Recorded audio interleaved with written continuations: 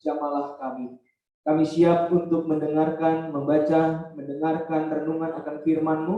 Tuhan, tolonglah kami. Roh Kudus, kasihanilah kami, buatlah kami mengerti, buatlah kami terdorong untuk melakukan firman-Mu, dan buatlah kami memiliki hasrat untuk terus belajar akan firman-Mu. Tolonglah kami ya Roh Kudus, tolonglah hamba-Mu yang akan menyampaikan suara kebenaran firman Tuhan. Tolonglah kami semua yang akan mendengarkannya. Berikanlah kami konsentrasi, berikanlah kami pikiran yang baik, sehingga kami boleh dapat mengkaitkan itu dalam kehidupan kami hari lepas hari. Dalam nama Yesus kami berdoa dan mengucap syukur, memohon belas kasihan Tuhan dalam waktu pemberitaan firman Tuhan ini. Amin. Silakan duduk Bapak Ibu Saudara kasih Tuhan. Shalom.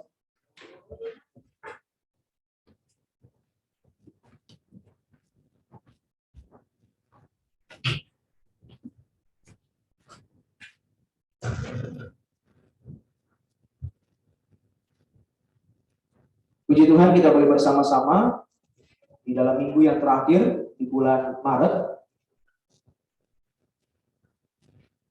dan sekaligus bulan atau perubahan cuaca akan segera terjadi. Ya, kiranya semua jemaat dalam keadaan yang sehat, kuat, ya, tidak ada yang sakit.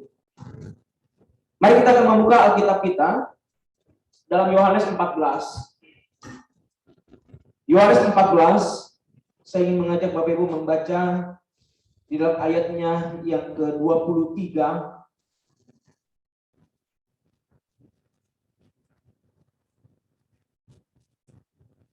Kita membaca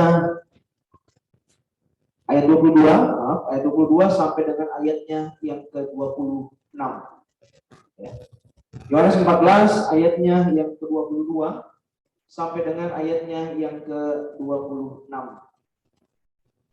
Jika Bapak Ibu sudah mendapatkannya, saya akan membaca ayat yang ke-22, saudara ayat yang ke-23, demikian sampai ayat 26. Oke.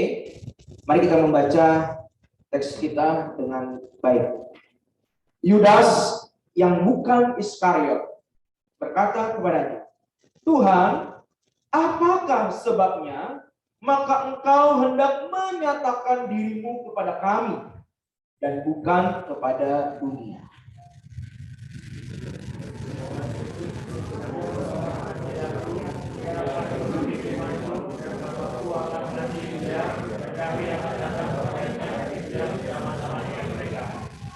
Barang siapa tidak mengasihi aku, ia tidak menuruti firman-Ku.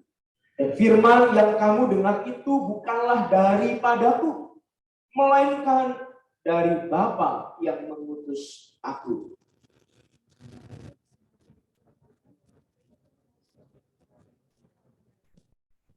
Tetapi penghibur, yaitu Roh Kudus yang akan diutus oleh Bapa dalam namaku, Dialah yang akan mengajarkan segala sesuatu kepadamu dan akan mengingatkan kamu akan semua yang telah kukatakan kepadamu. Pembacaan yang kedua, kita akan membaca di dalam Yohanes 15 ayat 9 sampai dengan ayat yang ke-17. Yohanes pasal yang ke-15, kita akan membaca ayat yang ke-9 sampai dengan ayatnya yang ke-17. Saya akan mulai ayat 9, saudara ayat yang ke-10 demikian selanjutnya. Seperti Bapa telah mengasihi aku, demikianlah juga aku telah mengasihi kamu. Tinggallah di dalam kasihku itu.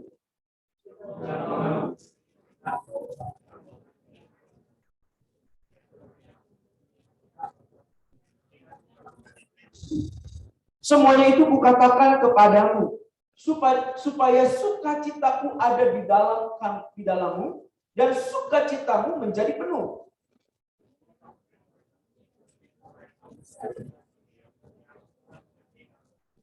Tidak ada kasih yang lebih besar daripada kasih seorang yang memberikan nyawanya untuk sahabat-sahabatnya.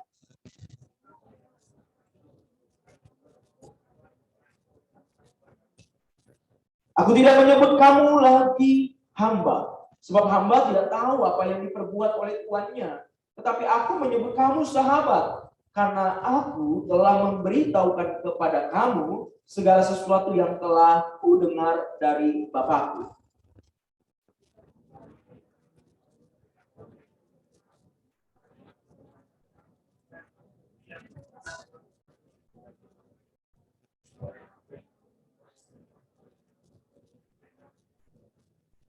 Inilah perintahku kepadamu, kasihilah seorang akan yang lain. Bapak Ibu Saudara kasih Tuhan, hari ini kita akan merenungkan topik firman Tuhan, yaitu tanda murid Yesus. Tanda murid Yesus.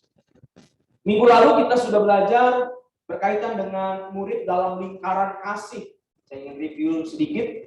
Dan beberapa minggu lalu juga kita belajar tentang murid, bagaimana perubahan murid yang radikal, bagaimana murid itu ada dalam satu proses, dan murid dalam lingkaran kasih itu ada dua paling tidak yang kita pelajari daripada Yohanes 17, yaitu murid dalam lingkaran kasih dalam komunitas gereja Tuhan adalah murid yang menerima jaminan keselamatan. Murid yang menerima jaminan keselamatan. Dan yang kedua, murid di dalam lingkaran kasih atau komunitas gereja Tuhan, umat Tuhan itu adalah murid yang ada di dalam hubungan relasi. Sebagaimana relasi Allah Tritunggal, relasi manusia juga demikian ditarik kepadanya, sehingga ada suatu relasi kasih yang penuh dengan keintiman. Ada sukacita di dalamnya. Dan hari ini kita ingin belajar tentang kalau begitu tanda murid Yesus itu seperti apa. Nah, Bapak Ibu Saudara kasih Tuhan, dari teks ini kita menemukan tentang tanda. Sebelumnya saudara, apakah kita ingat pada masa waktu kita sekolah dulu? Ya, pada masa kita sekolah dulu, saat mengambil rapot, biasanya guru akan meminta agar orang tua datang ke sekolah, ya, baik itu setiap semester, semester ya, caturulan dulu, atau saya sempat caturulan ya. Setiap caturulan atau semester, ya, pengambilan rapot orang tua diminta datang. Saat orang tua datang, maka guru akan memberikan evaluasi dan masukan bagi orang tua mengenai anaknya. Pak, Bu, ini rapotnya merahnya ada 5 nih. Ya, oh ini 8-nya cuma 1 nih Bapak Ibu. Oke. Ya, ada evaluasi di situ dan masukan. Nah, saudara, evaluasi tersebut diberikan sebagai tanda bagaimana anak itu atau anak tersebut selama di sekolah. Apakah ia menjadi murid yang baik, yaitu murid yang bisa mengikuti pelajaran, murid yang memiliki satu perubahan di dalam tingkat kognitifnya maupun hal yang lain, atau anak ini sebagai murid yang tidak berkembang, yang tidak berkembang. Evaluasi ini diberikan untuk melihat perkembangan siswa. Adakah ia cerdas, berbakat? Adakah ia ini berkembang dalam mengikuti pelajaran dari guru? Adakah ia memiliki satu indikator perubahan-perubahan itu? Nah, Bapak Ibu Saudara kasih Tuhan, tanda sebagai murid yang berkembang itu sangatlah penting. Ya, sangatlah penting. Sebab tujuan menjadi murid yang menerima pengajaran adalah mencapai tujuan dengan melihat kepada indikatornya. Indikator adalah pertanda yang membawa petunjuk, yang memberikan petunjuk atau keterangan apakah seseorang murid itu telah mencapai tujuan pembelajarannya atau tidak. Kita ingat waktu kita sekolah, ya, guru pasti akan mengatakan bahwa ini tujuan pembelajaran kita dan indikatornya siswa dapat menghasilkan 1, 2, 3, 4, 5 dan seterusnya. Kalau indikator itu terpenuhi, maka pelajaran itu artinya dapat diterima dengan baik. Nah, ketika orang tua memanggil guru memanggil orang tua, maka ada evaluasi di situ. Dan di situ ada penjelasan tentang, oh, anak Bapak Ibu ini belum mencapai indikator yang diharapkan. Tolong disupport lagi dengan les, dengan belajar dan lain sebagainya. Saudara, poinnya adalah tanda sebagai murid yang berkembang itu sangat penting. Tadi kesaksian Fadel menyaksikan 6 tahun di gereja Gunman, ya, di gereja Gunman. 6 tahun itu prosesnya bermacam-macam, mulai dari datang nggak jelas sampai dengan akhirnya ada kejelasan. Dari datang malas gereja sampai rajin gereja, dari datang gereja tertidur sampai dengan gereja melek terus, aktif lagi kan. Saudara, 6 tahun itu ada proses tuh. Di dalam 6 tahun itu proses itu bekerja. Artinya baik gereja maupun Fadel, dalam kesaksiannya, saya kutip kesaksiannya itu, memiliki satu sinergisitas sehingga terjadi sebuah proses yang menuju kepada perubahan. Nah, saudara, tanda sebagai murid yang berkembang itu penting. Yang melihat siapa? Yang pertama, orang di sekitarnya, yaitu baik guru maupun baik itu hamba Tuhannya maupun orang-orang sekitarnya. Yang kedua, dia dirinya sendiri merasakan nggak perubahan tuh. Ya, kalau dirinya sendiri nggak merasakan perubahan, ini susah. Nah, Bapak Ibu Saudara kasih Tuhan, indikator yaitu pertanda memberikan petunjuk dan keterangan apakah kita itu sudah mencapai tujuan pembelajaran. Tuhan Yesus adalah guru yang memahami para murid. Tuhan Yesus melihat para murid bukan saja sebagai pribadi yang biasa.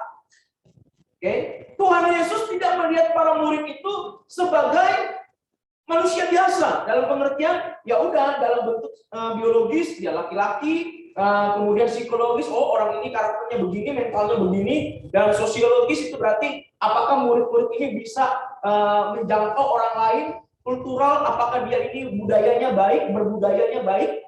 Yesus tidak melihat hanya sebatas pribadinya saja. Kenapa? Karena kalau Yesus hanya melihat sebatas pribadinya saja, Tuhan Yesus nggak pilih tuh para nelayan. Tuhan Yesus akan pilih siapa? Mereka yang sekolahnya baik, yang belajarnya baik, yang edukasinya juga baik. Yesus nggak pilih tuh pemungut cukai. Pemungut cukai adalah orang yang dikucilkan pada saat itu. Yesus nggak pilih mereka. Yesus pasti akan pilih murid-murid, calon murid-murid yang the best, yang berharga, yang pintar. Kenapa? Karena mau menjangkau banyak orang. Tapi saudara, Yesus nggak pilih mereka, orang-orang seperti itu. Yang Yesus pilih adalah murid-murid yang biasa, dari latar belakang sederhana, bahkan maaf, dari latar belakang yang kurang berpendidikan.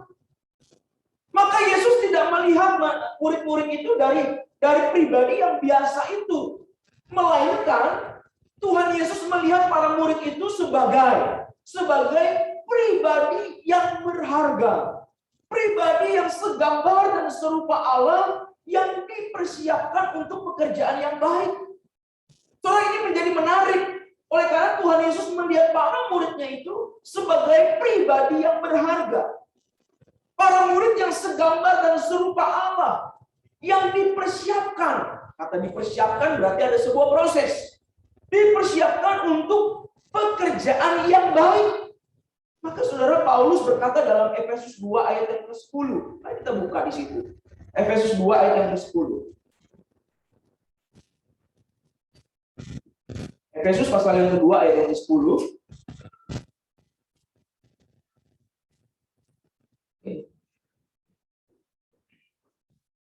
Efesus 2 ayat yang ke-10. Sudah dapat? Yuk kita baca sama-sama ya, Bapak Ibu. 3, 4, ya. Karena kita ini buatan Allah, diciptakan dalam Kristus Yesus untuk melakukan pekerjaan yang baik yang dipersiapkan Allah sebelumnya. Ia mau supaya kita hidup di dalamnya. Bapak Ibu, Paulus berkata di dalam Efesus, kepada jemaat Efesus, ketika ayat sebelumnya berkaitan dengan kasih karunia itu dijelaskan dengan baik. Kemudian Paulus menyatakan bahwa kita ini buatan Allah yang diciptakan dalam Kristus. Untuk apa? Untuk melakukan pekerjaan yang baik. Pekerjaan yang memuliakan Tuhan.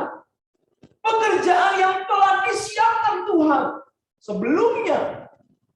Jadi kalimat terakhir dikatakan, ia, yaitu Tuhan, ia mau supaya saudara dan saya kita hidup di dalamnya. Hidup di dalamnya artinya hidup di dalam Kristus bagi pekerjaan yang baik yang sudah dipersiapkan tersebut. Saudara, sekali lagi Tuhan Yesus melihat murid-murid itu sebagai pribadi yang berharga. Yesus melihat saudara dan saya sebagai pribadi yang berharga. Ketika Tuhan Yesus memanggil para murid, ketika Tuhan Yesus memanggil saudara dan saya pada saat ini, Tuhan Yesus menyatakan dirinya dan segala pengajarannya. Sekali lagi, ia bukan melihat kita sebagai pribadi yang biasa itu, melainkan pribadi yang berharga. Sebab Tuhan Yesus tahu bahwa saudara dan saya, kita adalah pribadi yang memiliki potensi untuk mengerjakan pekerjaan yang baik. Coba bilang sama kanan kirinya, kamu punya potensi. Oke, kamu punya potensi. Saudara kasih Tuhan, ini penting sekali untuk kita lihat bahwa Yesus melihat pribadi-pribadi para muridnya itu sebagai pribadi yang memiliki potensi. Artinya, Yesus tidak melihat di luarnya, melainkan jauh kedalamannya. Yesus perhatikan, oh orang ini punya potensi untuk berubah, mengerjakan hal yang baik. Saudara, paling tidak, Yesus melihat potensi moralitasnya, Yesus melihat potensi intelektualnya atau mentalnya, bahkan Yesus melihat keindahan dalam pribadi-pribadi tersebut. Bayangkan kalau Tuhan Yesus hanya melihat kepada tingkat yang lebih tinggi, yaitu kepada pengetahuannya. Siapalah Petrus itu? Setiap hari kerjanya hanya nelayan ikan, kan? Hanya ngambilin ikan. Mana dia belajar tentang filsafat pada saat itu? Mana dia belajar tentang kehidupan pada saat itu? Oh, kerjanya ngambilin ikan. Tapi Tuhan Yesus, ini dia. Dan Yesus berkata kepada Petrus, "Hai Petrus, tinggalkan jalamu, karena aku akan menjadikan engkau penjala manusia. Engkau tidak akan menjala ikan lagi, tapi engkau akan menjadi penjala manusia." Pernah lihat di situ, Yesus melihat dari sisi yang berbeda. Sisi yang berbeda. Yesus melihat daripada kesungguhannya. Yesus melihat daripada suatu hal yang dikerjakannya dalam keadaan baik ataupun buruk. Petrus melakukan itu. Ayat itu di sebelumnya dijelaskan tentang apa? Tentang Yesus suruh Petrus kan? Petrus, sekarang sebarkan jalanmu di sana. Apa Petrus bilang? Tuhan, sudah semalaman kami itu mencari ikan. Apa katanya? Tidak ada Tuhan. Tapi ya, karena engkau yang menyuruh, baiklah, saya akan lakukan itu. Dia sebarin. Disitulah dia panggil murid-murid yang lain untuk mengangkat ikan itu karena jumlahnya banyak. Barulah Yesus katakan apa? Petrus, engkau akan kujadikan penjala manusia. Saudara, jangan kita lihat hanya kalimat itu, tapi backgroundnya. Ada sesuatu yang Yesus lihat daripada Petrus itu. Yesus melihat sesuatu yang berharga dalam diri para murid. Bapak Ibu, para murid memiliki kemampuan dasar, yaitu adanya potensi, adanya kemampuan, adanya kesanggupan, adanya kekuatan, dan adanya kuasa tersebut dalam dirinya. Sekarang Tuhan Yesus memanggil mereka untuk menjadi murid-muridnya. Disitulah Tuhan Yesus membentuknya. Tuhan Yesus sebagai guru agung telah mengakui dan menghargai segala yang ada pada diri para murid-murid itu. Sehingga Tuhan Yesus terus mengajar. Sekalipun di dalam pengajaran itu tidak semuanya diterima dengan baik. Buktinya apa? Buktinya Petrus menyangkal. Buktinya Yudas mengkhianati. Buktinya Thomas ragu. Buktinya murid-murid lari ketika Yesus ditangkap. Artinya apa? Segala yang diajarkan belum semuanya diterima dengan baik. Apakah di situ Yesus kemudian murka? Kemudian menghardik mereka dan mengusir mereka sebagai muridnya? Oh enggak. Proses belajarnya terus berjalan. Dalam kondisi seperti itu, ia terus mengajar.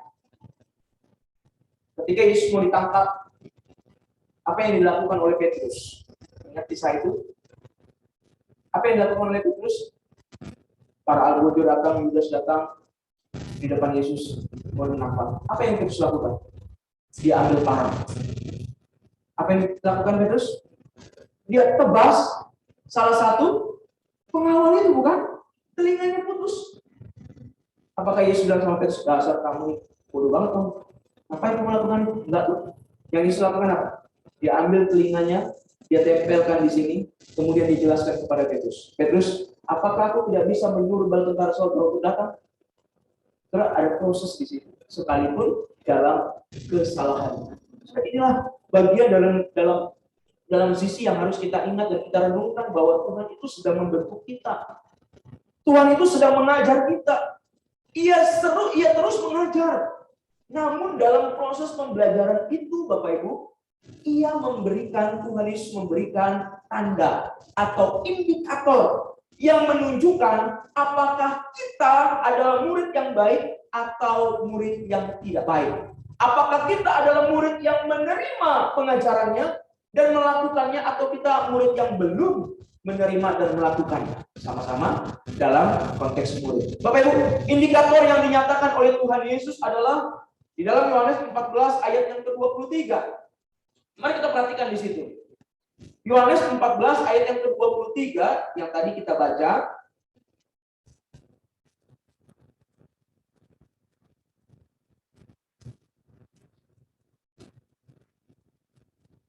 Ayat 23 berkata demikian. Jika seorang mengasihi aku, ia akan menuruti firman-Ku. Saudara kasih Tuhan, kalimat ini diulang-ulang di dalam kitab atau Injil Yohanes dan penulis-penulis Injil lainnya. Jika seorang mengasihi aku, ia akan menuruti firman-Ku. Saudara, kata menuruti firman-Ku ini banyak dipakai oleh Yohanes dalam tulisannya.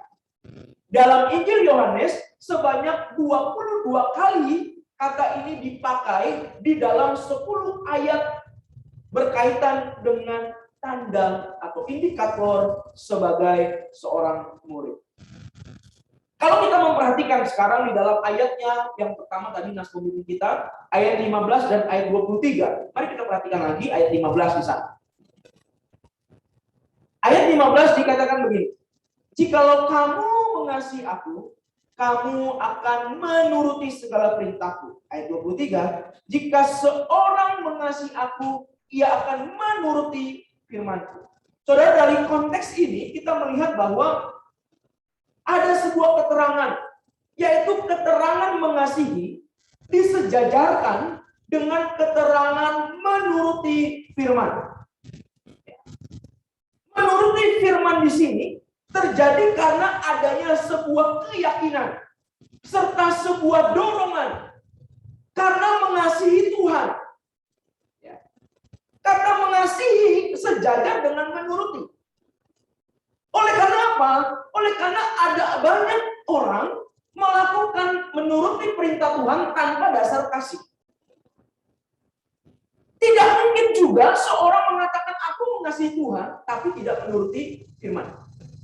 Maka saudara selalu disejajarkan antara mengasihi Tuhan dan menuruti firman Tuhan.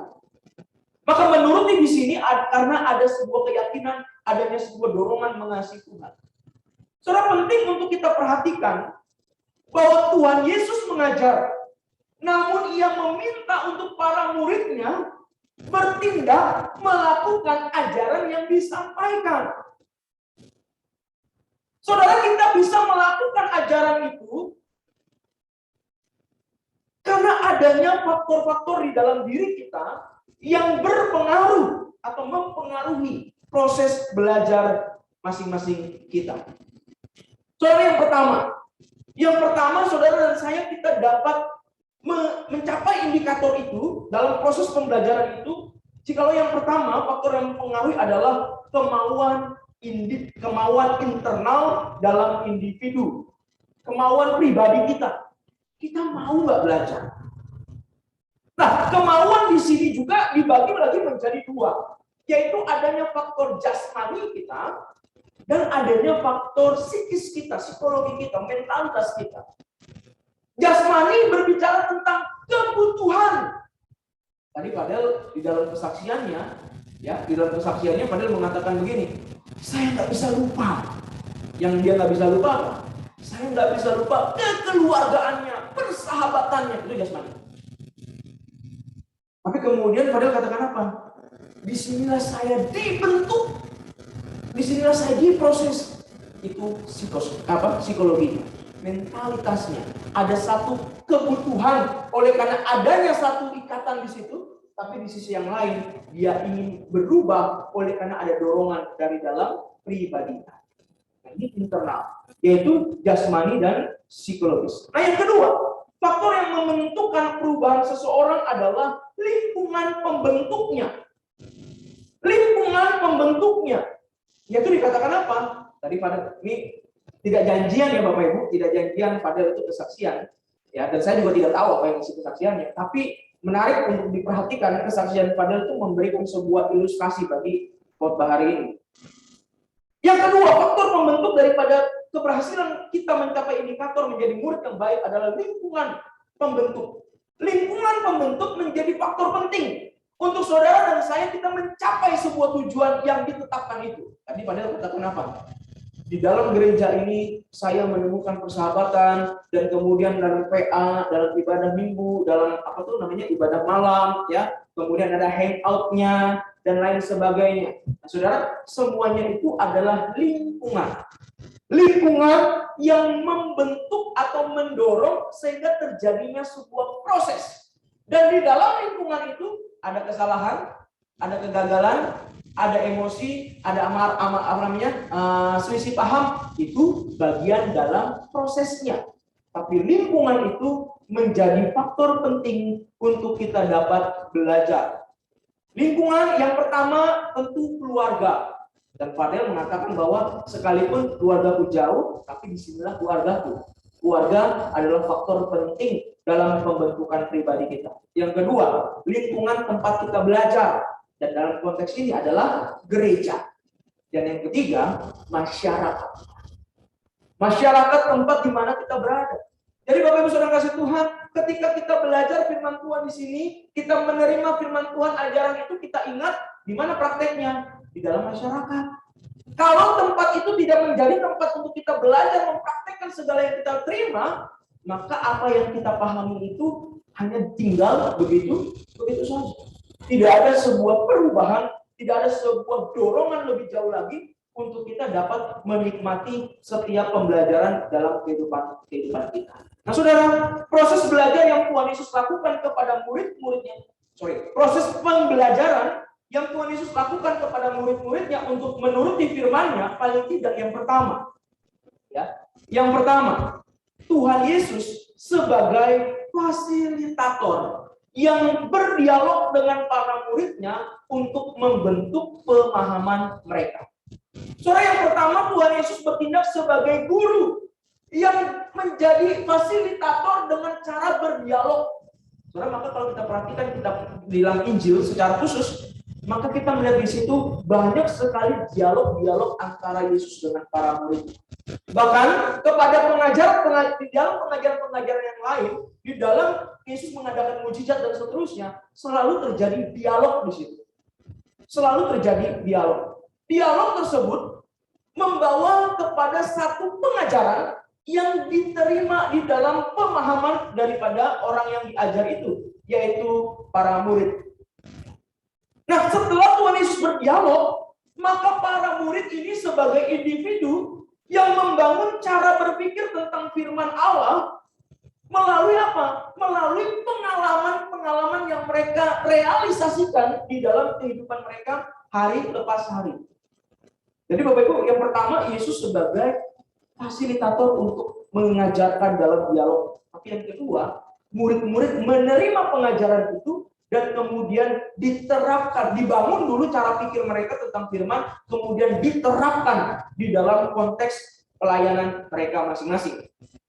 Saudara, bagian ini menjadi bagian yang penting untuk kita mencapai indikator itu, menuruti dan melakukan, mengasihi dan menuruti firman-Nya. Pengalaman belajar dari para murid Tuhan Yesus utamanya ada di dalam kelompok. Pengalaman pembelajaran para murid utamanya ada di dalam kelompok. Saudara ingat, di dalam Alkitab ketika Tuhan Yesus mengutus muridnya, apakah pernah Yesus mengutus muridnya sendirian? Pernah membaca Yesus mengutus muridnya sendirian? Enggak. Tuhan Yesus mengutus muridnya berdua. Ayo sekarang kamu pergi ya, berdua. Nggak boleh bawa ini, nggak boleh bawa itu. Nanti kalau sampai di sana, sampai di rumah itu, kalau orang itu memberikan salam, kamu masuk. Tapi kalau enggak, kamu tinggalkan. Saudara, selalu Tuhan Yesus mengutus murid-murid itu berdua. Artinya, dia mengutus kelompok. Saudara, mengapa mengutus kelompok?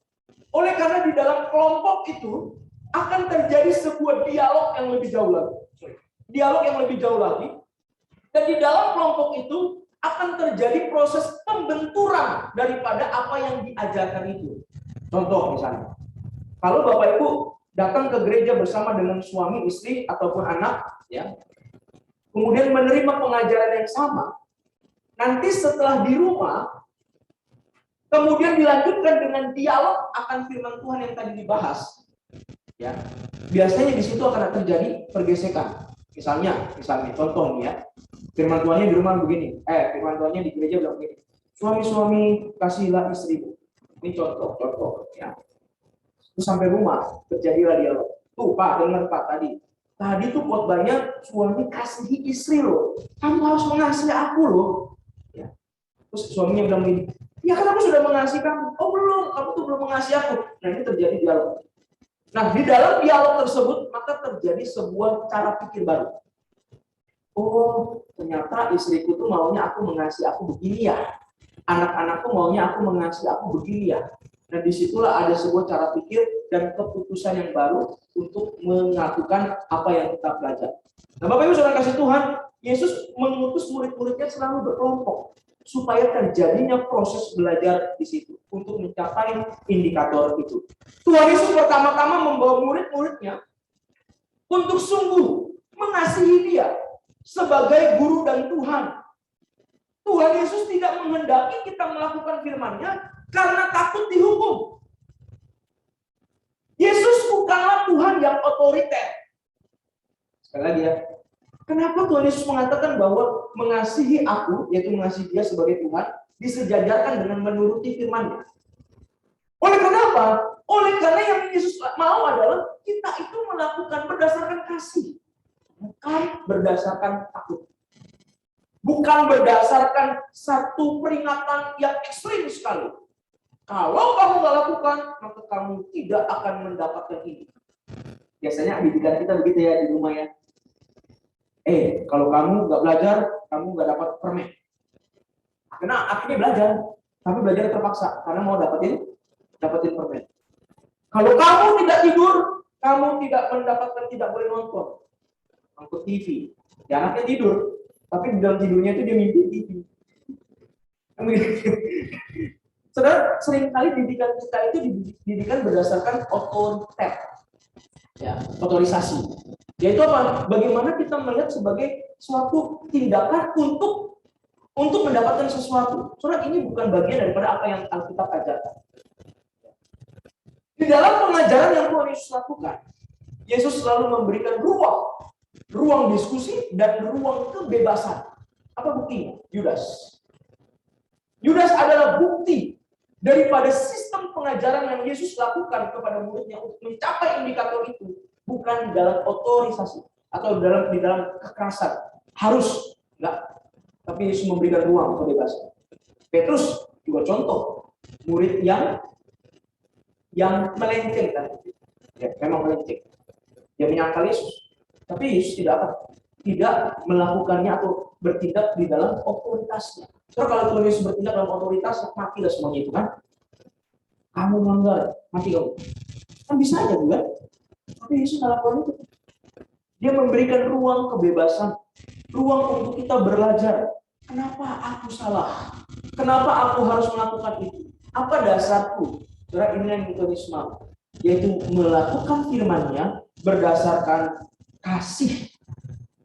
Maka misi daripada Tuhan Yesus adalah menyatakan kebenaran dari generasi untuk generasi selanjutnya. Misi Yesus adalah mengajarkan kebenaran kepada 12 murid dan orang-orang di sekitarnya. Kemudian tidak berhenti di situ. Dilanjutkan tongkat estafet itu kepada para murid-murid yang lain. Itulah hasilnya gereja hari ini. Yesus adalah mengajarkan kebenaran. Di dalam proses itu dia ingin agar apa yang diajarkan itu melekat oleh karena dasar kasih. Karena dasar kasih itulah yang membuat generasi selanjutnya akan menikmati pengajaran yang ada. Saudara, bayangkan kalau saudara diajar dulu ya oleh orang tua, diajarnya dengan tindakan keras, cambuk, rotan, tamparan, dan lain sebagainya. Kira-kira mau nggak saudara ajarin kepada anak-anak saudara itu?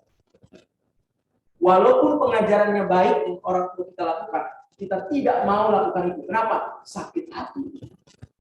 Yalah, ditamparin kok, dikebukin kok. Walaupun lihatnya baik, tapi karena adanya suatu tekanan otoritas itu, maka tidak mau kita lakukan itu sekalipun itu baik. Ya, sekalipun itu baik. Saudara, ini yang Yesus lakukan. Dia mau agar pengajaran itu terpatri di dalam pikirannya dan diajarkan kepada generasi-generasi selanjutnya.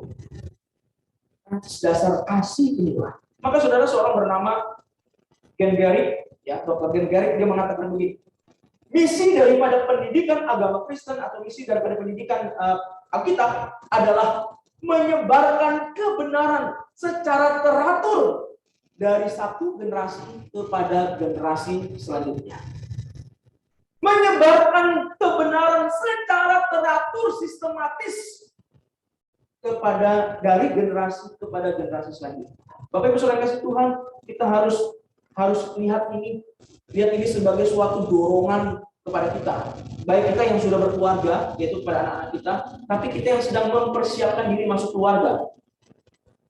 Saudara, mempersiapkan diri masuk dalam keluarga itu bukan hanya bicara tentang kamu mau kawin sama aku, kalau mau ayo kita pergi ke gereja. Ini bukan soal itu. Pemberkatan nikah itu hanya dilakukan 45 menit. Sesi. Tapi kehidupan pernikahan itu dilakukan seumur hidup. Saudara, berapa banyak kita mempersiapkan pernikahan itu dengan baik, dengan berpikir bagaimana keluargaku nanti berdasarkan firman Tuhan. Sejauh mana kita berpikir seperti itu. Saudara, maka banyak keluarga-keluarga muda yang akhirnya mulai putus asa, mulai mundur, bahkan keluarga-keluarga yang sudah senior, anaknya sudah besar, kita lihat banyak perceraian terjadi. Kenapa? Karena sistem pembelajaran di dalam keluarga tidak mencapai ini. Yaitu apa? Mengajarkan kebenaran, menyebarkan kebenaran secara teratur dari generasi kepada generasi selanjutnya. Ya. Nah, Bapak Ibu Saudara kasih Tuhan, kita melihat di sini adalah kasih. Ya. Kasih menjadi dasar. Dalam pandangan Bapak Gereja yang Agustinus, ya, sebagaimana ini diteliti oleh Dr. Ferry Mamai, kata mengasihi dalam pandangan Agustinus Bapak Gereja, yaitu agapo, adalah yang pertama. Yang pertama berbicara tentang diri sendiri. Diri sendiri. Myself sebagai lover. Kedua, apa yang dikasihi? Mengasihi dari dalam diri sendiri. Yang kedua dilanjutkan dengan apa yang saya kasihi. Yang ketiga itu dilanjutkan sebagai kasih itu sendiri. Ini dalam teologinya Agustinus. Saudara, tidak usah terlalu repot-repot, tapi poinnya di sini begini. Yang pertama adalah saya mengasihi berdasarkan apa yang ada dalam diri saya. Kasih itu keluar, karena Roh Kudus itu diamnya di mana? Dalam diri kan? Setelah Roh Kudus itu diam dalam diri, pertanyaannya, kita tahu nggak yang kita kasih itu siapa? Kita tahu nggak apa yang kita kasih? Yang ketiga, apa kasih itu sendiri sebenarnya? Kasih itu dalam benak kita itu apa? Nah, saudara, kasih itu keluar dari dalam diri karena adanya dorongan Roh Kudus. Sehingga kasih itu di dalam pertolongan Roh Kudus itu menjadi yang pertama itu keinginan. Keinginan adalah satu. Yang kedua itu sebagai motivasi utama. Motivasi utama. Dan yang ketiga yaitu sumber energi. Ya. Sumber energi. Jadi saudara, ketika kita berbicara tentang mengasihi Tuhan dan menuruti firman-Nya di dalam pertolongan Roh Kudus, maka kita melihat bahwa kasih yang dalam diri kita itu menjadi sebuah keinginan kuat nggak? Menjadi sebuah motivasi nggak? Menjadi sebuah sumber energi tidak? Saudara, menarik sekali karena Agustinus mengatakan sumber energi. Terus sumber energi kita mengasihi itu bukan dari luar. Tapi sumber energi kita mengasihi dari dalam. Kalau sumber energi kita mengasihi dari luar, maka kita akan melihat kebaikan orang baru kita mengasihi dia. Itu bukan kasih yang dimaksudkan. Tapi sumber energi yang dari dalam itu dalam pertolongan Roh Kudus, maka kita mengasihi apa yang di luar kita dengan segenap hati kita. Karena itu adalah motivasi utama kita dan keinginan. Dan keinginan. Untuk melakukan kasih sebagai milik. Nah, saudara kasih Tuhan dalam diri kita, ketika Roh Kudus itu ada, dia mendorong kita untuk mengasihi. Tapi objek yang kita kasih itu adalah milik, kita melihatnya sebagai milik kita. Nah, Bapak Ibu saudara kasih Tuhan, inilah kasih. Ya. Jadi Tuhan Yesus mau kita itu menuruti firman-Nya berdasarkan kasih. Artinya dalam pertolongan Roh Kudus itu kita meyakini bahwa Yesus itu, Tuhan itu adalah milik kita satu-satunya. Maka kita di dalam motivasi kita mengasihi dia karena dia itu milik. Ya. Saudara percaya kan? Kita akan berjuang mati-matian untuk pasangan kita. Kalau kita meyakini pasangan kita adalah milik yang berharga dalam diri kita. Kita akan berjuang mati-matian untuk anak, istri, suami kita, orang tua kita. Karena kita tahu dia adalah milik satu-satunya dalam hidupku. Kita tidak meyakini bahwa dia itu milik yang berharga. Pertanyaannya, apakah kita mau berjuang untuk mereka? Apakah kita mau mati-matian mereka? Apakah kita mau mengorbankan hidup kita untuk mereka? Oh, nanti dulu. Orang dia bukan siapa-siapa saya. Kan seringkali kita bilang gitu ya. Ngapain sih kamu tolongin dia? Dia kan bukan siapa-siapa kamu. Ngapain sih kamu pedulin dia? Dia kan bukan siapa-siapa kamu. Maksudnya, dari balik kalimat itu, sebenarnya dia sedang mengatakan bahwa dia itu milik saya. Maka saya rela berkorban untuk dia. So, ketika Yesus datang ke dalam dunia ini, kita membaca Alkitab dalam Yohanes 10, dia mengatakan apa? Akulah gembala yang baik. Gembala yang baik memberikan nyawanya. Kenapa? Karena dia lihat domba-dombanya itu sebagai milik. Maka ketika 100 domba itu ada dan satu hilang, dia tinggalkan 99 domba itu, dia pergi cari satu domba itu. Kenapa? Karena itu milik. Tuhan Yesus posisinya seperti apa dalam hidup kita? Tuhan Yesus seperti apa? Sebagai apa dalam hidup kita? Apakah kita sungguh meyakini bahwa aku miliknya?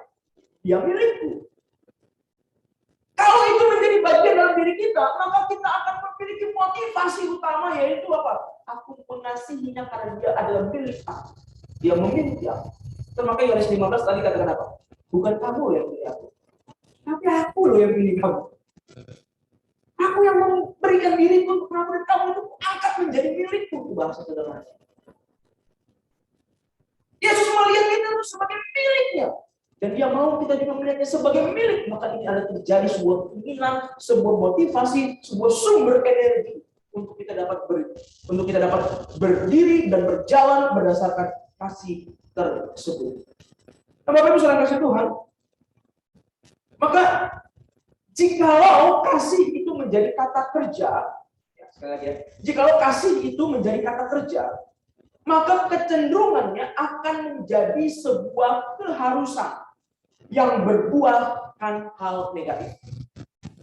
Ketika kasih itu menjadi sebuah kata kerja, ini akan menjadi sebuah dorongan karena keharusan.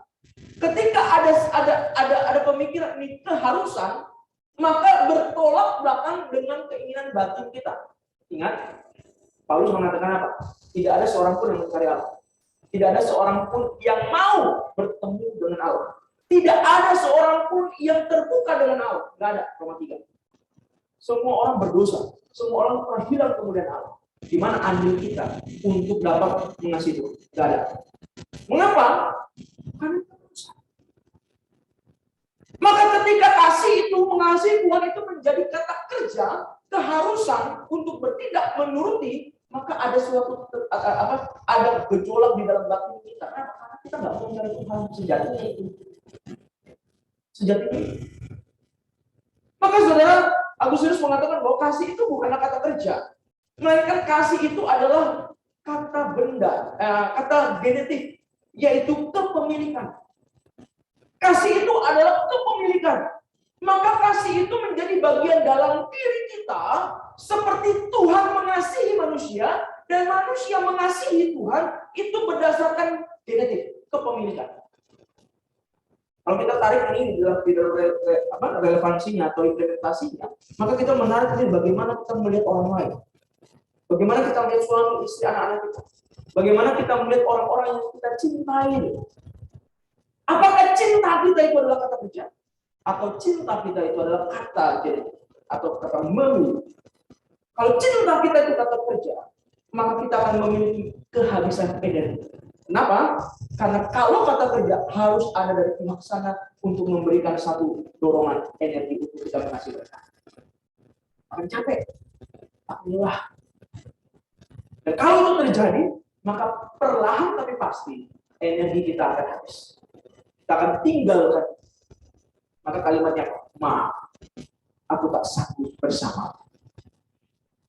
Maaf, kita akhiri saja semuanya ini. Kenapa? Karena kata kerja. Tapi kalau kasih itu menjadi milik, maka kita melihat dia adalah milik, sebagaimana ibu terhadap anak. Ibu-ibu pasti mengerti ini. Kalau bapak-bapak biasanya kurang. Ibu mengasihi anak itu lebih daripada apapun. Ibu mengasihi anak itu jauh lebih daripada segala harta benda milik. Harta boleh habis, tapi jangan anak yang hilang. Kenapa? Karena bagi seorang ibu yang merasakan 9 bulan anak itu dikandung, Dia merasakan bagaimana anak itu menendang di dalam perut. Dia merasakan anak itu menangis. Dia merasakan segala sesuatunya tentang anak itu. Dan anak itu adalah miliknya. Maka sebandel-bandelnya anak, sekurang ajarnya anak, bagi orang tua, dia tetap ada. Biarpun anak itu tinggalkan orang tuanya, tapi bagi ibunya, anak itu tetaplah anak. Anak itu tetaplah anak. Maka coba perhatikan kalau di rumah. Kalau berkelahi di rumah, itu pasti yang membela anak itu enggak? Pasti ibu. Udahlah, jangan terlalu keras dengan anak kita. Dia itu begini dan sebagainya. Kamu harus mengerti. Ibu itu paling mengerti. Nah, Bapak Ibu Saudara kasih Tuhan, ini milik. Maka milik itulah yang menjadi penting bagi kita untuk kita dapat mengasihi Tuhan dan mengasihi sesama menuruti firman. Yohanes berkata, tadi yang kita baca dalam Yohanes 15 itu, yang 14 dan 15, jikalau kamu mengasihi aku, kamu menuruti segala perintahku. Ayat 16 dikatakan, aku akan meminta kepada Bapa dan ia akan memberikan kepadamu seorang penolong yang lain supaya ia menyertai kamu selama-lamanya. Mari kita perhatikan ayat 17. Yaitu Roh kebenaran. Dunia tidak menerima dia sebab dunia tidak melihat dia dan tidak mengenal dia. Tetapi kamu mengenal dia sebab ia menyertai kamu dan diam di dalam kamu. Saudara, mari kita perhatikan di dalam ayatnya yang ke-26. Yohanes 14 ayat 26 selanjutnya tentang Roh Kudus itu. Mari kita lihat di sana. 3-4 ya kita baca. Tetapi penghibur, yaitu Roh Kudus yang akan diutus oleh Bapa dalam namaku, dialah yang akan mengajarkan segala sesuatu kepadamu dan akan mengingatkan kamu supaya kamu akan semua yang telah kukatakan kepadamu. Saudara, yang pertama, Roh Kudus itu diam dalam diri kita. Kita katakan bahwa kalau kamu mengasihi aku mengasihi kamu, dan kita itu akan diam di situ. Ya. Kemudian dikatakan bahwa Roh Kudus itu mengajarkan segala sesuatu. Tapi yang kedua, dia mengingatkan. Saudara, tidak pernah dikatakan bahwa Roh Kudus itu ya kemudian menarik kita seperti menarik kerbau yang harus mengerjakan tindakan-tindakan yang tuannya inginkan. Enggak pernah. Yang Tuhan Yesus katakan apa? Roh Kudus itu akan datang mengajar kamu, mengingatkan kamu, dan dia menyertai kamu. So, mari kita perhatikan kata mengajarkan dan mengingatkan. Roh Kudus mengajarkan, mengingatkan kita untuk tetap melakukan firman itu. Tapi yang melakukan itu siapa? Yang melakukan itu kita, Bapak Ibu. Kitalah yang bertindak mengasihi Tuhan. Kitalah yang bertindak melakukan firman-Nya. Maka saya nggak pernah percaya tuh. Ada orang yang berkata begini, saya sudah lahir baru, Pak. Tapi hidupnya, tapi cara pikirnya, tapi cara tindaknya itu tidak sesuai dengan apa yang dikatakan lahir baru itu. Karena tidak mungkin, Bapak Ibu. Tidak mungkin terjadi seperti itu. Karena setiap orang yang lahir baru dalam karya Roh Kudus, maka dia akan mengalami satu pengalaman, keinginan, motivasi, dan sumber energi dari dalam untuk terus mengasihi dan melakukan firman Tuhan. Indikatornya adalah menuruti firman Tuhan. Roh Kudus diam di dalam pribadi para murid yang mendorong untuk mengasihi Allah sebagai tujuan utama yang dinyatakan dengan menuruti firman-Nya. So, kata menuruti di sini. Kata menuruti di sini dari bahasa Yunani yaitu tereo. Kata tereo ini memiliki penekanan. Penekanannya adalah menjaga agar tidak hilang. Dengan benar-benar mengawasi dan mempertahankannya dengan teguh. Ilustrasi yang digambarkan adalah seorang prajurit yang mempertahankan benteng pertahanannya. Seorang prajurit yang mempertahankan identitasnya, dia akan mempertahankan sampai titik darah penghabisan. Saudara, menuruti firman Tuhan ini kata tereo ini artinya yang menjaga. Maka terjemahan bahasa Inggris itu menjaganya dengan baik. Menuruti itu seperti ya udah saya ikut atau enggak. Bukan. Mungkin menuruti di sini adalah menjaganya dengan baik agar tidak hilang. Menjaganya dengan kesungguh-sungguhan, dengan mengawasi mempertahankan dengan teguh apa yang diajarkan itu, apa yang diingat itu, apa yang diperintahkan itu, dia ingat selalu. Ya, nah Bapak Ibu, maka Paulus berkata begini kepada Timotius, awasilah diri dan awasilah apa? Ajaran. Dengan mengawasi diri dan mengawasi ajaran, kemudian Paulus katakan apa? Dengan cara itu kamu akan yang pertama apa? Menyelamatkan. Siapa menyelamatkan siapa? Ayo, coba ingat saya nih. Ayatnya yang ada di sini ada kaget. Ayatnya yang ada di muka saya. Dengan mengawasi dirimu, mengawasi ajaranmu, kamu pertama-tama akan apa? Akan menyelamatkan siapa? Menyelamatkan diri sendiri. Baru yang kedua, menyelamatkan orang di sekitarmu. Awasi diri itu, awasi ajaran itu. Artinya dia menjaga sedemikian rupa, dia mengelolanya sedemikian rupa sehingga itu menjadi firman yang terpatri di dalam pikirannya, sehingga melalui itu dia dapat menyelamatkan dirinya dan menyelamatkan orang di sekitar. Maka saudara, kita mau orang sekitar kita berubah. Tapi persoalannya, mau nggak kita berubah? Mau nggak kita berubah memiliki pemahaman yang utuh tentang Tuhan? Ya. Terus banyak orang mengeluh, kenapa ini nggak berubah, kenapa itu nggak berubah, sekarang itu sudah kuat. Persoalannya bagaimana kita berubah lebih dahulu untuk melihat suami, istri, anak-anak kita, tante, om kita, keluarga kita. Bagaimana kita melihat mereka dari kacamata iman Kristen, bukan dari kacamata dendam, bukan dari kacamata amarah, bukan dari kacamata kebencian, kedengkian, dan lain sebagainya. Tapi dari kacamata iman yang mengatakan apa? Seorang mengasihi sahabatnya, dia akan rela memberikan nyawanya bagi sahabatnya. Yohanes 15 tadi yang kita baca. Yesus katakan apa di situ? Yohanes 15 ayat 13. Ya, ayat 13 dan 14. Tidak ada kasih yang lebih besar daripada kasih seorang yang memberikan nyawanya untuk sahabat-sahabat. Kamu adalah sahabatku. Jika kamu berbuat apa yang kuperintahkan kepadamu, Tuhan, kamu adalah sahabat. Yesus memberikan nyawanya karena dia melihat manusia itu dari sudut pandang kasih yang besar, milik. Manusia itulah segambar dan serupa Allah, maka Allah melihat Yesus melihat manusia itu sebagai miliknya yang dikasih. Maka dia berkorban bagi yang dikasih.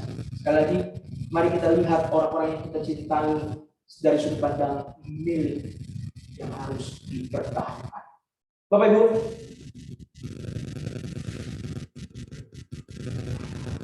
menuruti firman adalah menjaga agar tidak hilang dan benar-benar mengawasi. Maka dengan demikian, indikator seorang mengasihi Allah karena Roh Kudus diam dalam dirinya adalah menjaga, mempertahankan dengan terus mengawasi dan berlatih untuk melakukan apa yang diajarkan. Perlu kita ingat bahwa hadirnya Roh Kudus dalam diri kita tidak semerta-merta membuat kita menjadi orang percaya yang kasih. Tidak semerta-merta membuat kita menjadi orang percaya yang pasif. Tetapi hadirnya Roh Kudus dalam diri kita mendorong kita untuk menjadi jemaat-jemaat pribadi-pribadi yang aktif. Aktif bukan cari perhatian, tapi aktif untuk menuruti firman Tuhan. Roh Kudus mendorong kita untuk menuruti firman-Nya dengan terus mengingatkan dan menyadarkan kita. Inilah yang dijanjikan sekaligus pernyataan Tuhan Yesus sebelum ia masuk dalam penderitaan di Golgota bagi para muridnya, dan itu adalah bagi kita juga. Bapak Ibu saudara kasih Tuhan, Roh Kudus mendorong kita untuk kita memiliki gairah untuk terus mentaati Dia, melakukan firman-Nya.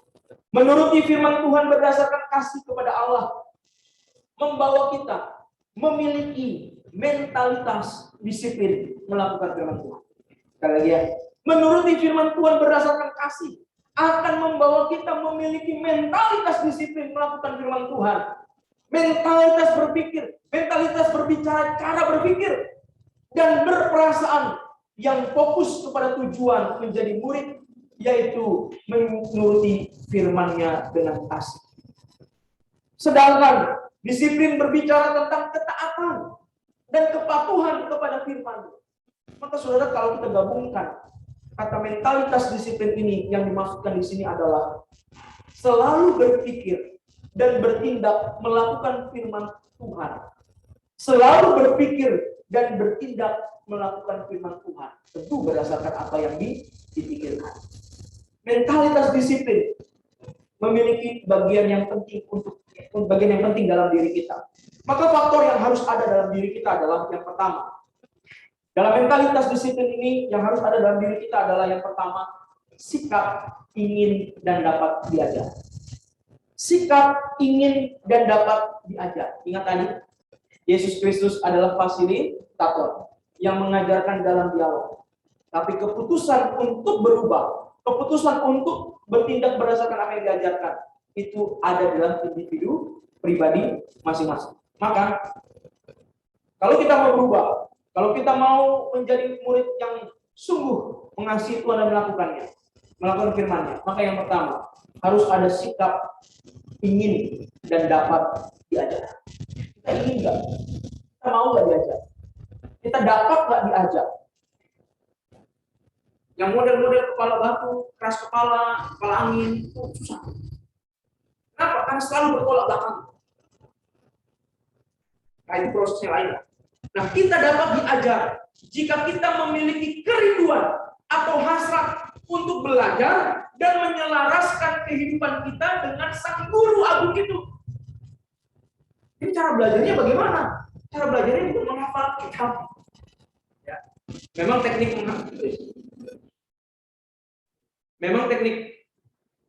menghafal Alkitab itu baik juga. Tetapi teknik menghafal Alkitab itu tidak menjadi baik kalau tidak ada proses selanjutnya. Nah, proses selanjutnya itu adalah yaitu bagaimana kita bertindak belajar mandiri, menyelaraskan itu dalam kehidupan kita. Terminalnya siapa? Tuhan Yesus. Terminalnya yaitu Tuhan Yesus. Seseorang yang dapat diajar.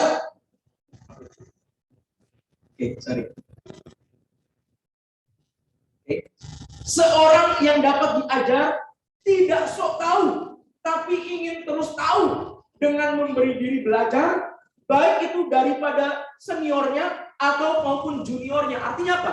Belajar dalam komunitas itu tanpa pandang bulu. Ya. Kenapa saudara kasih Tuhan? Firman Tuhan berkata dalam Mazmur 19 ayat 2. Coba kita perhatikan ya, Mazmur 19 ayat 2. Mazmur 19 ayat yang kedua.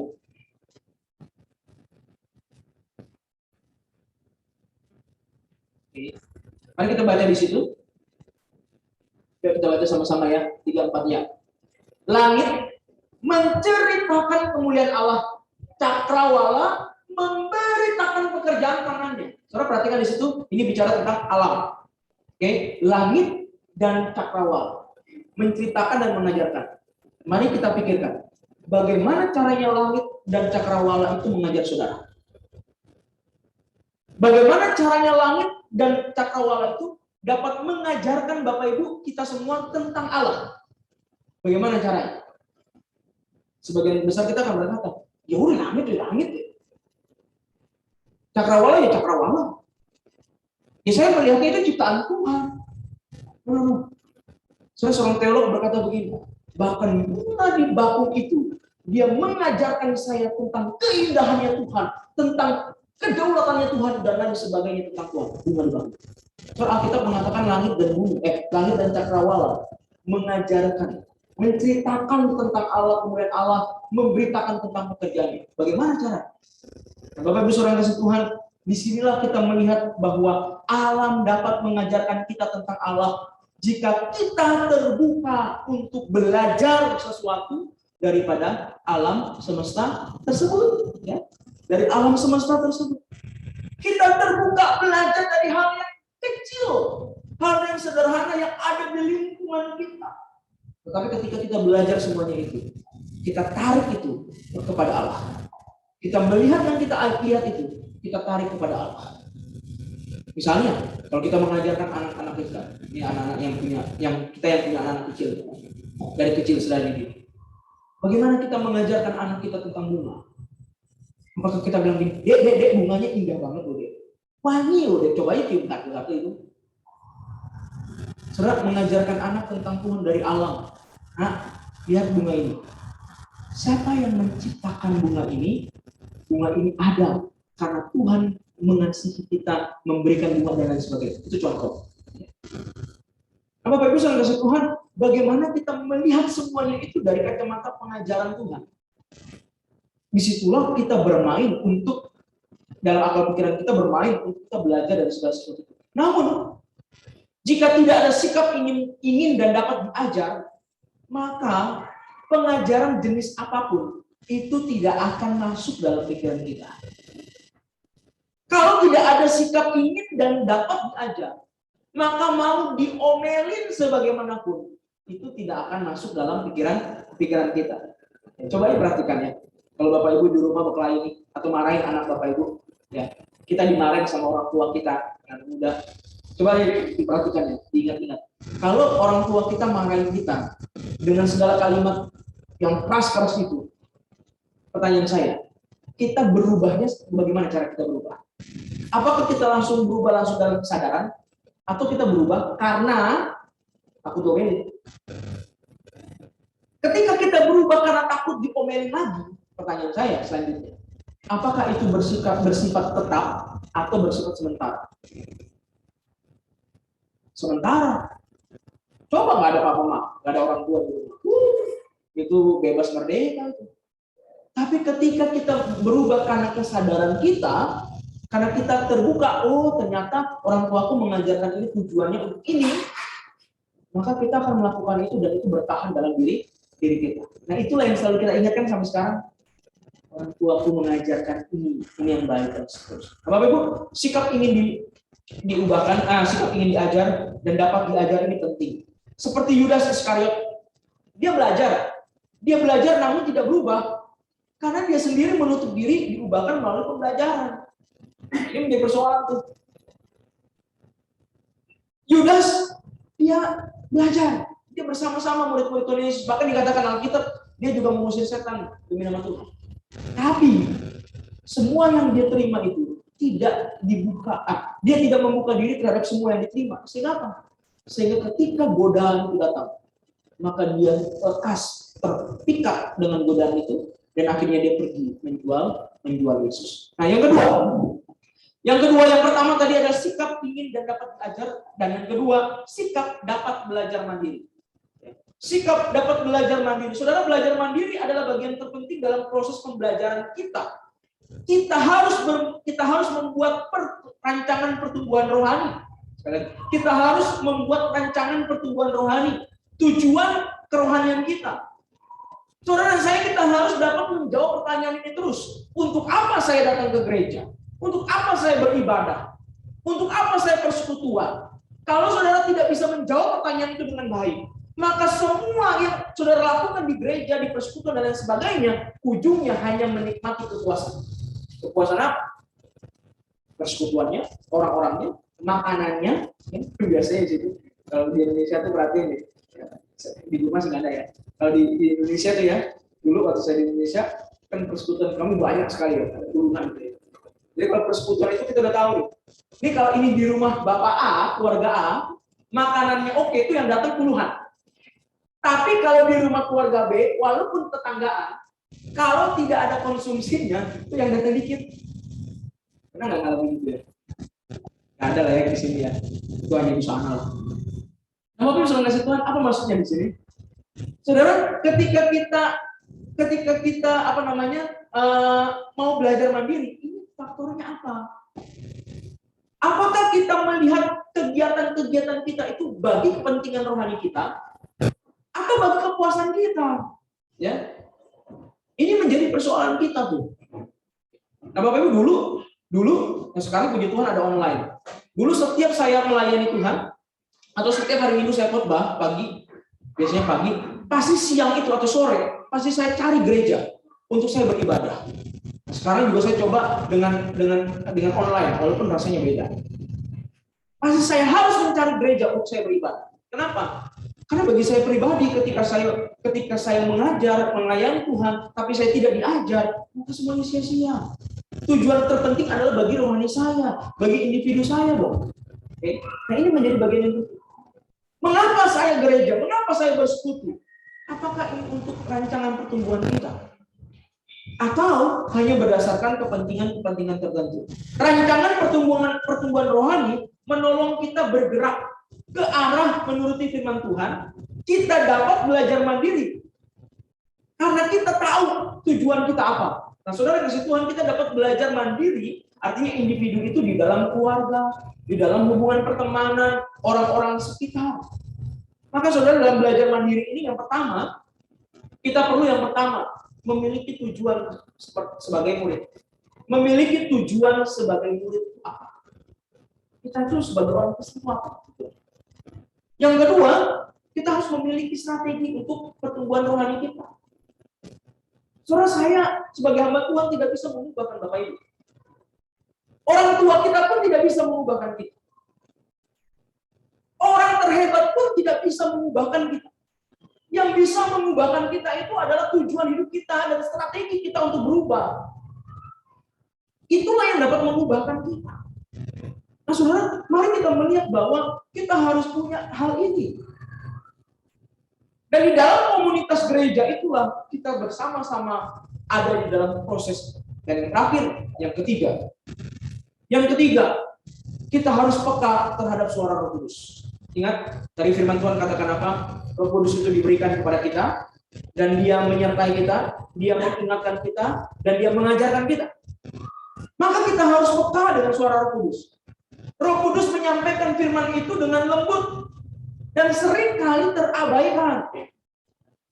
Disinilah kita perlu berdoa, dan terus-menerus saat kita belajar firman Tuhan dan melakukannya. Jonathan Dodson itu dia bilang gini, paling tidak kita berdoa kepada Roh Kudus itu, kita memohon belas kasihan Roh Kudus itu paling tidak yang pertama itu kita minta agar kita punya hasrat untuk belajar firman Tuhan. Kita berdoa nggak ya? Roh Kudus tolong saya agar saya punya hasrat untuk baca Alkitab. Yang kedua, minta sama Roh Kudus. Roh Kudus tolong saya untuk mengerti firman Tuhan. Karena baca kalau nggak mengerti bisa aja. Kita harus mengerti firman Tuhan. Maka di Dodson itu dia katakan, kalau kamu berdoa minta yang pertama hasratnya. Hasrat untuk membaca Alkitab. Karena seringkali kita jenuh dalam baca Alkitab. Ya, seringkali kita malas baca Alkitab. Maka minta agar kita punya hasrat untuk baca Alkitab. Sampai kita tuh benar-benar merasakan, kalau saya nggak baca Alkitab, itu seperti saya, saya nggak makan. Seperti saya itu nggak mendapatkan kekuatan. Sampai kita mendapatkan rasa itu. Yang kedua, berdoa, Tuhan tolong saya agar saya mengerti firman Tuhan. Dan yang ketiga, tolong saya Tuhan untuk saya melakukan firman Tuhan. Sekali lagi ya, kita nggak bisa melakukan firman Tuhan dengan leluasa dengan kekuatan diri kita. Kita dapat melakukan firman Tuhan dengan baik kalau kita memiliki satu dorongan dan satu perubahan dari dalam. Dengan demikian Bapak Ibu, tanda sebagai murid Kristus adalah mengasihinya dengan segenap hati dan pikiran. Dan tanda mengasihi adalah dengan berbuah kebenaran, artinya kita menuruti firman Tuhan, menurutinya setiap saat, maka kita perlu membuka dan terbuka untuk diajar. Kita perlu memiliki komitmen belajar firman Tuhan dan peka terhadap suara Roh Kudus. Kiranya Tuhan menolong kita sehingga kita boleh dapat mencapai indikator itu, yaitu apa? Mengasihi dan menuruti firman. Ingat, tujuan kita bukan hanya menikmati segala yang ada yang Tuhan berikan, tapi tujuan utama kita adalah menikmati Dia, memuliakan Dia di dalam ketaatan kita, dalam dasar kasih terhadap Tuhan Allah kita. Mari kita berdoa. Tuhan, terima kasih, kami bersyukur untuk firman Tuhan yang kami boleh renungkan bersama. Terima kasih untuk kebaikan-Mu, terima kasih untuk pimpinan penyertaan Tuhan. Doa kami, Tuhan berkati masing-masing pribadi kami. Tuhan tolong kami agar kami boleh dapat senantiasa sungguh menyadari bahwa kami sebagai orang Kristen harus mengasihi Tuhan dengan sungguh, dengan menyatakan bahwa Tuhan adalah milik kami dan kami boleh dapat melakukan firman Tuhan. Tuhan, tanpa-Mu kami tidak mampu. Kami perlu Tuhan, kami perlu Engkau. Ya Tuhan, berkatilah jemaat Tuhan yang sakit, Tuhan tolong, yang bergumul, Tuhan berikan kelegaan, berikan jalan keluar, dan semua hal yang kami sedang gumulkan kiranya Tuhan menolong. Berkati orang tua, keluarga kami dimanapun mereka berada, pimpin sertai mereka. Berkatilah kami dalam semua aktivitas pekerjaan kami, Tuhan menolong kami. Tuhan berkati jemaat yang tidak bersama dengan kami karena sakit penyakit. Tuhan berkati untuk keluarga Ibu Fendi. Kami berdoa juga untuk Ibu Elsa yang besok direncanakan akan masuk ke rumah sakit dan kemudian menjalankan proses induksi dan sampai dengan kelahiran anak kekasih. Tuhan berikan kekuatan, Tuhan berikan sukacita,